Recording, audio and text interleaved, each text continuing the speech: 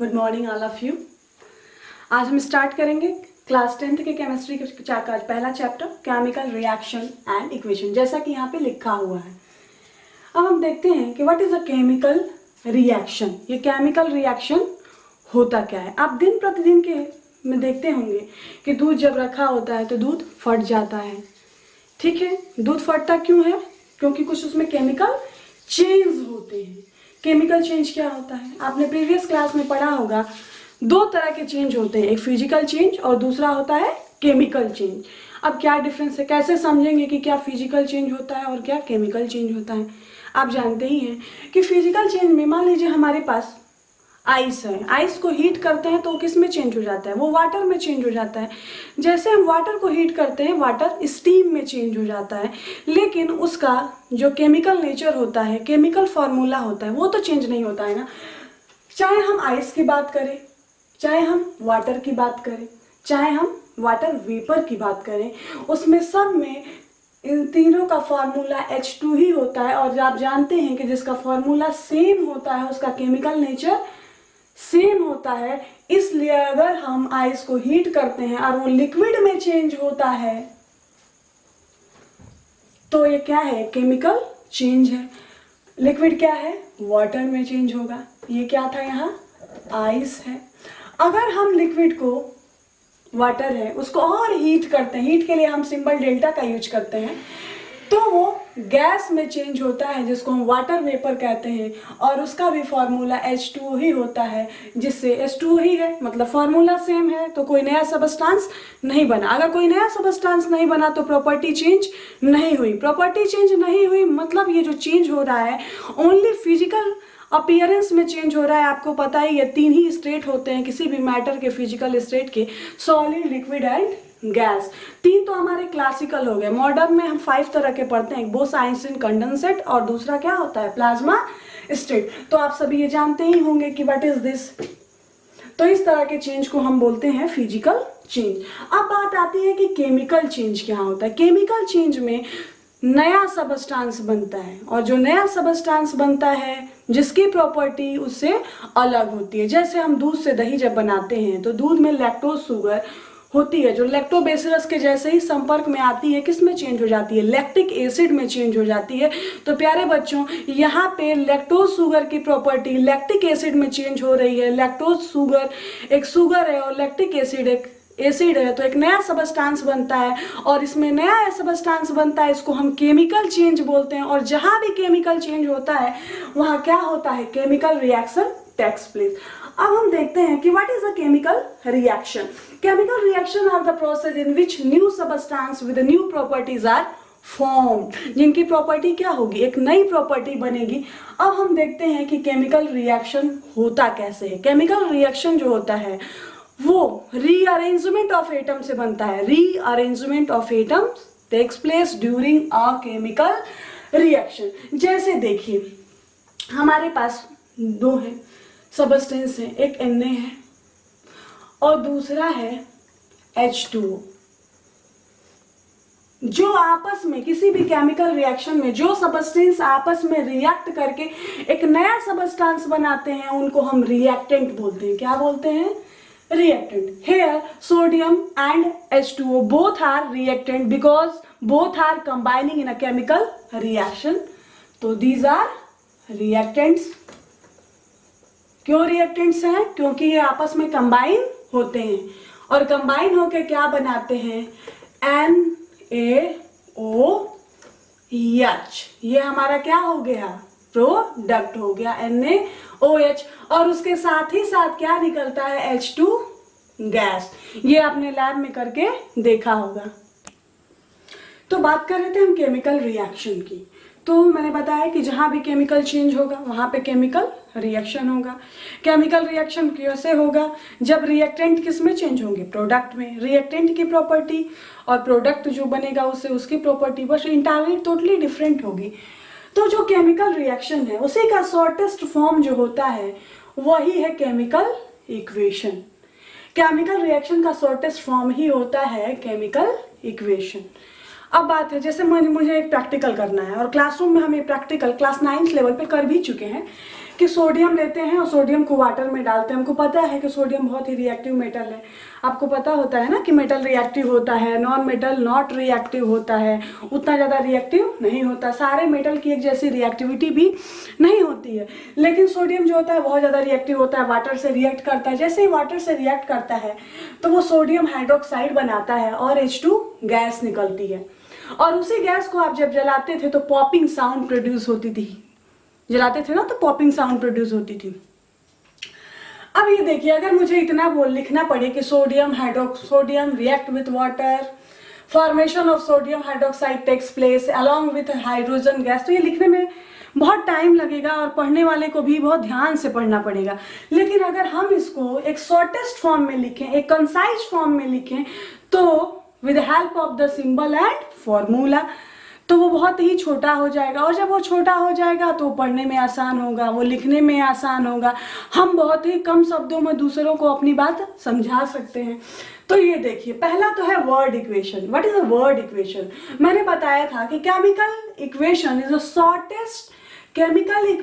Shortest form of the chemical reaction. किसकी help से होगा? वर्ड्स की हेल्प से हम करेंगे, तो वो है वर्ड इक्वेशन। जैसे उसमें रिएक्टेंट क्या है? सोडियम। किससे रिएक्ट कर रहा है? वाटर। तो जो रिएक्टेंट है उनके बीच में हम क्या लगा देंगे? Plus sign. और जो आपस में कंबाइन होंगे उन्हीं को हम क्या बोलते हैं? रिएक्टेंट्स बोलते हैं।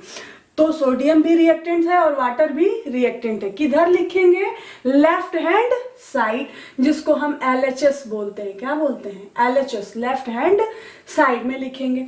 और जो हमारा सोडियम हाइड्रोक्साइड बन रहा है, किसके साथ बन रहा है? H2 गैस के साथ बन रहा है। इसको मैं चाहूं तो वर्ड में हाइड्रोजन गैस भी लिख सकती हूँ, और मुझे ऐसा लिखना भी चाहिए क्योंकि मैंने यहाँ हेडिंग दिया है कि वर्ड इक्वेशन। तो ये जो है, जो बना सोडियम हाइड्रोक्साइड और हाइड्रोजन गैस, उसको हम प्रोडक्ट बोलेंगे। प्रोडक्ट क्यों बोलेंगे प्यारे बच्चों? क्योंकि इन दोनों के कॉम्बिनेशन से ये बना है।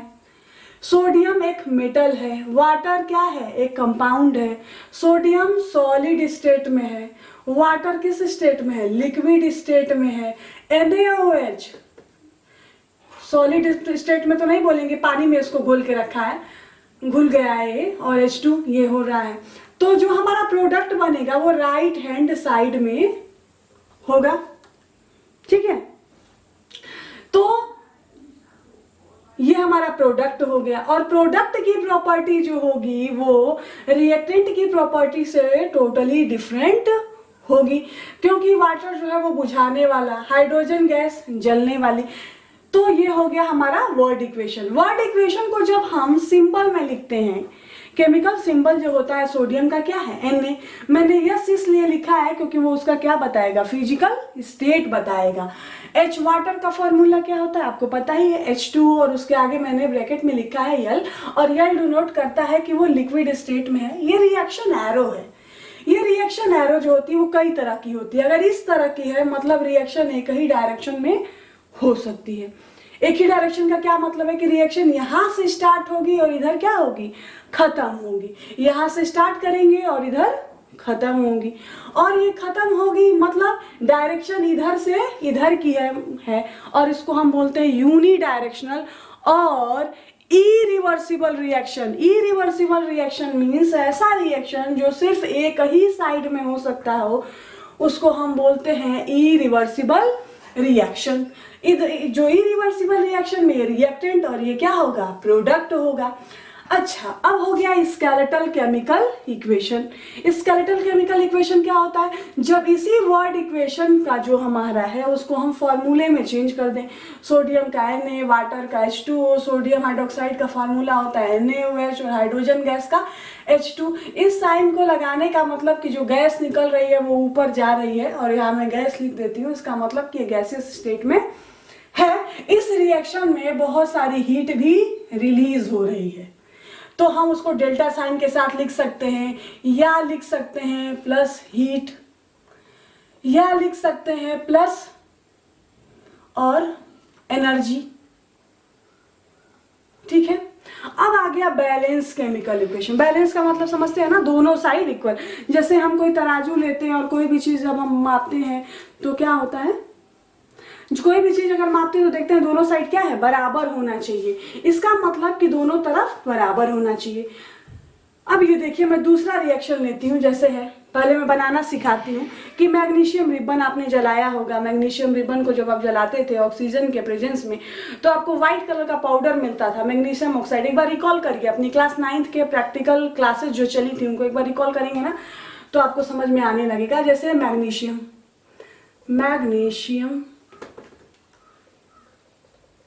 रिबन प्लस ऑक्सीजन, क्या बना, मैग्नीशियम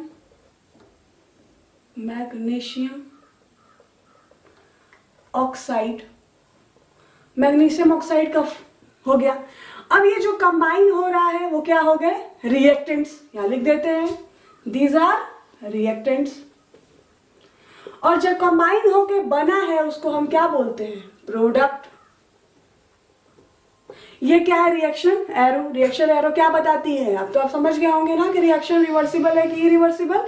तो यहाँ आप देखते हैं रिएक्शन कैसी है, इरिवर्सिबल। इरिवर्सिबल का मतलब रिएक्शन एक ही डायरेक्शन में चल सकती है। डायरेक्शन क्या होगी प्यारे बच्चों, इधर से इधर की ओर होगी। जब हम दो या दो से ज्यादा रिएक्टेंट लिखते हैं तो उनके बीच में प्लस साइन लगाते हैं, मतलब ये लोग कंबाइन हो रहे हैं। ये इक्वेशन जो है वो किस फॉर्म में लिखा हुआ है, वर्ड्स के फॉर्म में लिखा हुआ है, इसलिए हम इसको बोलेंगे वर्ड इक्वेशन। ये आपको बनाना आ गया। अब हमारा दूसरा पॉइंट है skeletal chemical equation. Skeletal chemical equation में क्या करना है, इसी को केमिकल फॉर्मूला और सिंबल में क्या कर देना है, चेंज कर देना है। मैग्नीशियम का फॉर्मूला क्या होता है, Mg। मैग्नीशियम सॉलिड होता है या लिक्विड या गैस, आपको पता है, सॉलिड स्टेट। स्टेट को कैसे लिखेंगे, ब्रैकेट में स्मॉल एस के साथ, वो स्टेट बता देगा। ये बाद में भी कर सकते हैं लेकिन मैं सोच रही हूँ कि आपको पहले ही शुरुआती दौर में सिखाते चलो। ऑक्सीजन, O ऑक्सीजन एटम के लिए होता है, O2 किसके लिए होता है, गैस के लिए, और O3 ओजोन गैस के लिए। तो यहाँ आप क्या लिखोगे, O2। सॉलिड है कि लिक्विड है कि गैस है, गैस है। क्या बना, मैग्नीशियम ऑक्साइड। सबको आता है ना लिखने, रिएक्शन कैसे होते हैं और उनका फॉर्मूला कैसे लिखा जाता है आयनिक कंपाउंड का, क्योंकि ये कंपाउंड है। अगर नहीं आता होगा तो फिर 9th की बुक एक बार उठाइए और थोड़ा देखिए कि कैसे हम बनाते हैं फॉर्मूले को। यहाँ मैं डायरेक्ट लिख देती हूँ MgO, या आप समझ में नहीं आ रहा है तो इधर मैं लिख देती हूँ कि मैग्नीशियम एक कैटायन है, इसमें कितना चार्ज है, 2+। ऑक्सीजन क्या है, एनायन है, कितना चार्ज है इस पर, 2-। यहाँ हम लिख देंगे क्या, वैलेंसी। वैलेंसी क्या होती है किसी आयनिक कंपाउंड पे, जितना उस पे चार्ज होता है। मैग्नीशियम पे चार्ज कितना है, 2। ऑक्सीजन पे भी चार्ज 2, इधर इधर करेंगे। जब दोनों बराबर होते हैं दोनों साइड तो डायरेक्ट उनका हम ये कट कर देते हैं और दोनों को लगा देते हैं। तो ये हो गया मैग्नीशियम ऑक्साइड। तो ये हो गया आपका स्केलेटल केमिकल इक्वेशन, और इसको हम दूसरे नाम से भी लिखते हैं अनबैलेंस केमिकल इक्वेशन। तो ये आपका हो गया unbalance chemical equation. Unbalance chemical equation हो गया। क्यों अनबैलेंस है देखेंगे। यहां मैग्नीशियम 1, इधर साइड मैग्नीशियम 1। ऑक्सीजन कितने एटम है इधर, ये ऑक्सीजन मॉलिक्यूल है, ध्यान रखिएगा, ऑक्सीजन एटम नहीं है, ऑक्सीजन मॉलिक्यूल। और एक ऑक्सीजन मॉलिक्यूल में कितने ऑक्सीजन एटम है, 2। इधर कितना है, 1। मतलब दोनों तरफ बराबर नहीं है। यहाँ तो ये बराबर है लेकिन ऑक्सीजन बराबर नहीं है, मीन्स बैलेंस नहीं है। तो इस तरह के केमिकल इक्वेशन को हम बोलेंगे अनबैलेंस केमिकल इक्वेशन। और जब दोनों तरफ बराबर हो जाएगा, कितना मतलब जो भी एटम है, यहाँ पे अगर मैग्नीशियम 1 है तो यहाँ पे भी मैग्नीशियम 1 होना चाहिए। यहाँ पे ऑक्सीजन अगर 2 है तो यहाँ पे भी ऑक्सीजन 2 होना चाहिए। मतलब हम इसको नहीं काउंट करेंगे कि 1 2 3 1 2 ऐसे नहीं, यहाँ पे ईच एटम के का को काउंट करेंगे। यहाँ पे जितना ये होना चाहिए इधर भी उतना ये होना चाहिए, यहाँ पे जितना ये होना चाहिए इधर उतना भी होना चाहिए। तो मैंने ये बताया कि अनबैलेंस केमिकल इक्वेशन है, क्योंकि बराबर नहीं है। बराबर नहीं है मतलब बैलेंसिंग नहीं है। अब हमको बैलेंसिंग करना है। बैलेंसिंग क्या होती है, मतलब यहाँ भी ऑक्सीजन 1 में होके क्या होना चाहिए था, 2 होता। अगर 2 होता तो ये बैलेंस होता। समझ रहे हैं ना बात। अब बैलेंस कैसे करेंगे, ये देखिए, जो पूरा का पूरा केमिकल इक्वेशन है ना, वो बैलेंस केमिकल इक्वेशन होना चाहिए। बैलेंसिंग बताती है कि mass of the reactant side is equal to the mass of the product side. Means during any chemical reaction, mass of reactant is not destroyed or nor created. Neither destroyed or nor created during any chemical reaction. मतलब किसी भी chemical reaction में अगर magnesium atom है तो वो oxygen में नहीं चेंज होगा, मैग्नीशियम मैग्नीशियम में ही चेंज होगा, ऑक्सीजन ऑक्सीजन में ही चेंज होगा। ऑक्सीजन 2 है तो 2 ही रहना चाहिए, लेकिन यहाँ पे हो नहीं रहा है, तो हमको लॉ ऑफ कंजर्वेशन ऑफ मास पढ़ना पड़ेगा। और लॉ ऑफ कंजर्वेशन ऑफ मास बोलता है कि मास नीदर बी क्रिएटेड और not destroyed during any chemical reaction. और दूसरे वर्ड्स में अगर हम कहें तो हम बोलेंगे कि mass of reactant is equal to the mass of product during any chemical reaction. Means in chemical reaction only rearrangement of atom takes place, not destruction of the atom takes place. Rearrangement का मतलब समझते हैं ना, class में 3 बच्चे हैं A B C और तीनों में D, A B का खूब पट रहा है, C D का भी खूब पट रहा है, तो हम क्या करेंगे, दोस्ती को तोड़ना ही है ना। तो क्या करेंगे, A को C को साथ बैठा देंगे, B को D के साथ बैठा देंगे, AC DC। लेकिन A जो है वो यही में गया, C का नेचर C ही है, D का नेचर D ही है और B का नेचर B ही है। मीन्स इधर से इधर एटम गए तो ये रीअरेंजमेंट हुआ। हो सकता है कि ABCD 2 भाग में टूट भी जाए, AB प्लस CD, पुराने बॉन्ड टूटेंगे, नए बॉन्ड बनेंगे। एटम जो होगा, एक एटम अपनी साइड छोड़कर दूसरे साइड में जाएगा, इसी को हम बोलते हैं रीअरेंजमेंट ऑफ एटम। तो पहले अब हम सीखेंगे balancing a chemical equation. Balancing equation में होता है कि LHS is equal to the RHS।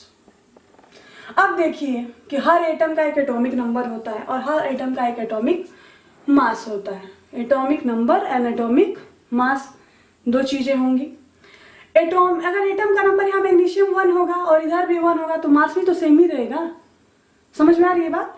अब हम बैलेंसिंग सीखेंगे, जैसे मुझे इसी को बैलेंस करना, मैं इसी पे सिखाऊंगी सारी चीजें, क्योंकि आज मेरे पास जो ब्लैक बोर्ड है वो बहुत ही, white board, sorry black board नहीं, व्हाइट बोर्ड, वो बहुत छोटा है और इसमें छोटे में पढ़ाने में मुझे थोड़ी समस्या आ रही है, इसलिए तो मैं एक ही पे समझाऊंगी। फिर जो हमारी नेक्स्ट क्लास होगी उसमें हम डिटेल आपको पढ़ाएंगे। जैसे मुझे मिला MgO2 MgO, तो ऐसे तो लिखा मिलेगा नहीं, ऐसे मिलेगा कि magnesium ribbon plus oxygen magnesium oxide. तो सबसे पहले हम वर्ड इक्वेशन को किस में चेंज करेंगे, स्केलेटल केमिकल इक्वेशन।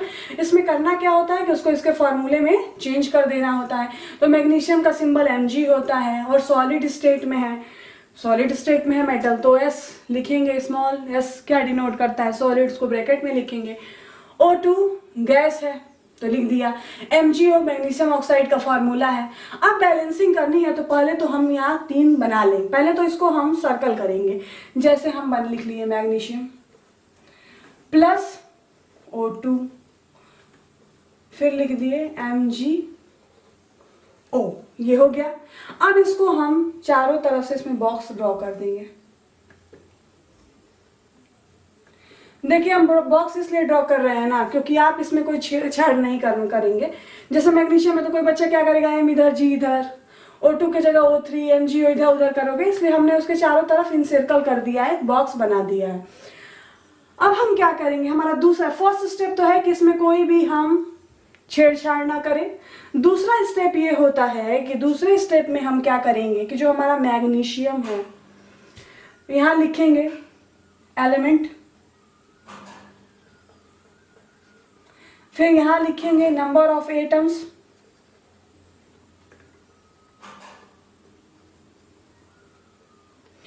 इन रिएक्टेंट्स, इधर लिखेंगे नंबर ऑफ एटम्स,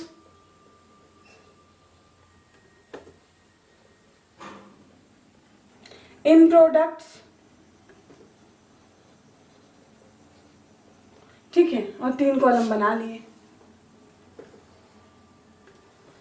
कितने हमारे एलिमेंट हैं? 2 ही है ना, एक मैग्नीशियम ऑक्सीजन।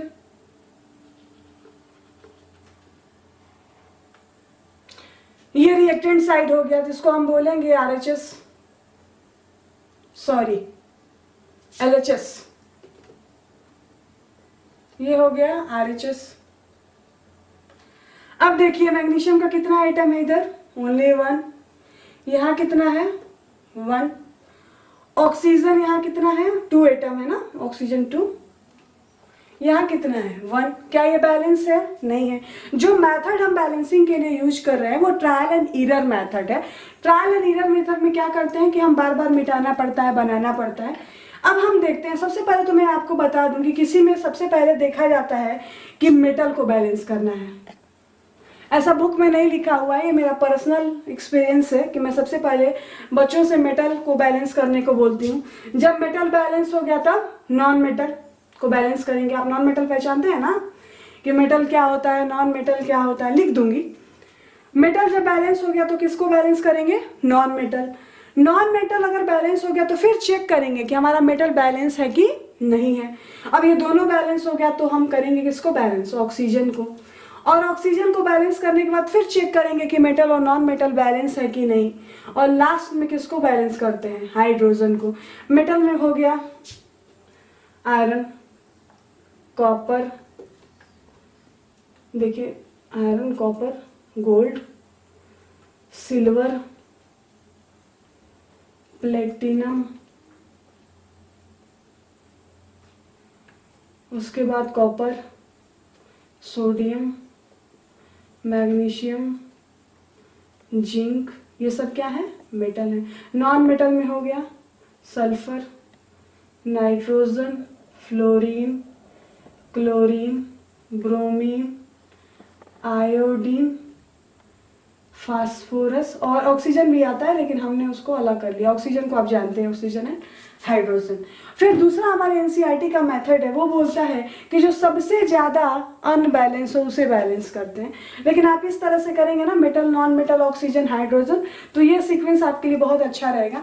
तो यहाँ हम देखते हैं कि मैग्नीशियम 1 और 1, मेटल तो पहले से ही वेल बैलेंस है। उसके बाद आता है ऑक्सीजन 2, इधर 1 है। तो जिधर बैलेंस नहीं है उधर ही हम इसके बराबर, किसके बराबर करना है आपको? इधर जितना दिया हुआ, इधर 2 दिया हुआ है, इधर क्या दिया है? ओनली 1। तो हम यहाँ नहीं 2 लिखेंगे, हम इस बॉक्स के आगे 2 लिखेंगे। जो भी आप कोफिशिएंट यूज करेंगे ना वो इंटीजर वैल्यू होनी चाहिए। इंटीजर वैल्यू समझते हैं? 1 2 3 4 5 6 एंड सो ऑन, जो भी है वो आपका, जो आपके काउंटिंग नंबर है, 0 को छोड़कर 1 2 3 4 5 6 7 8 9 10 जो भी है, और वही आपका क्या हो गया? Integer value. ये फ्रैक्शनल नहीं होनी चाहिए। कभी कभी ये फ्रैक्शनल होती है, वो हम आपको बाद में समझाएंगे, लेकिन आप ये अभी याद रखिए कि ये वैल्यू हमेशा क्या होनी चाहिए? एक इंटीजर होनी चाहिए, और वो मिनिमम नंबर होनी चाहिए और इसके बराबर होनी चाहिए। यहाँ 2 है, हमको इधर भी 2 करना है, यहाँ 2 लिख दिया। जैसे हमने यहाँ 2 लिख दिया तो मैग्नीशियम भी 2 हो गया और ऑक्सीजन भी 2 हो गया। कैसे हुआ, समझ में आया? अगर हम किसी के आगे 2 लिख देते हैं तो वो जो आगे ब्रैकेट में होता है ना उसमें सब में 2 हो जाता है।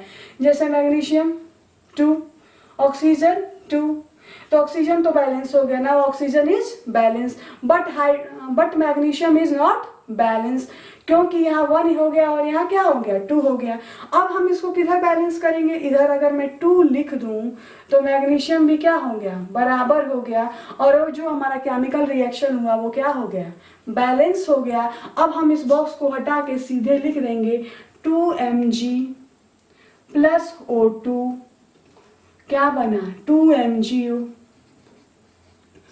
Magnesium 2, here also magnesium 2, oxygen 2, oxygen 2, और ये जो हमारा केमिकल इक्वेशन है वो बैलेंस केमिकल इक्वेशन है, क्योंकि जितने एटम यहाँ पे हर के हैं उतने इधर भी हैं, तो ये रिएक्शन क्या हो गया, बैलेंस हो गया।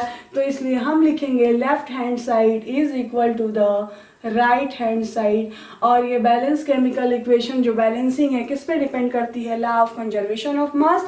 और law of conservation of mass क्या करता है, mass can neither be created और not destroyed during any chemical reaction, only rearrangement of atom takes place during a chemical reaction, formation of new bond takes place and the breakage of the old bond takes place।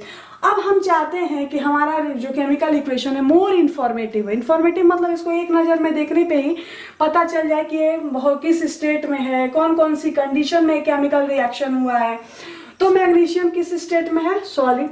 Solid के लिए हम क्या लिखेंगे, yes और bracket लगा देंगे। Oxygen किस state में है, गैस। इसको करने के लिए हम इसको गर्म करना पड़ा, हीट करना पड़ा। हीट को हम डेल्टा साइन से यूज करेंगे, ठीक है। और 2MgO, अब इसमें क्या बना, ये भी सॉलिड स्टेट में हो गया।